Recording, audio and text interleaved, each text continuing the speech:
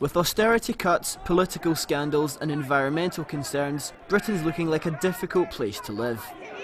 This mood is reflected in an annual survey released charting social attitudes among the British people. It's obvious from the report that belts are tightening and compassion is fading.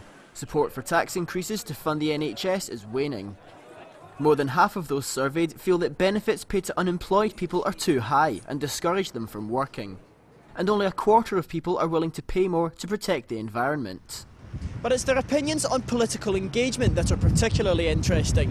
Voter apathy is increasing, trust in politicians has been destroyed because of issues like the expenses scandal, and it's becoming increasingly difficult to tell the difference between the two parties that have run this country for the last 90 years. Only 1 in 5 people feel that there's any difference between Labour and the Conservative Party, according to the survey. This highlights the issue that people don't feel that political parties represent their views anymore. Younger voters seem to be the most turned off by politics. Less than half of those under 35 voted at the last election. But how do the survey results compare to the opinions of the average person in the British capital? Fraser fits the profile represented in the survey. He feels that politicians can't be trusted, that all political parties are the same, and that there's no point in voting. Braden, on the other hand, goes against the flow. Although he feels that politicians are untrustworthy, he does think that they represent his views, and that it's important for people to vote. It seems all the parties are pretty much doing the same thing, they're just lying and cheating. It's all, especially all that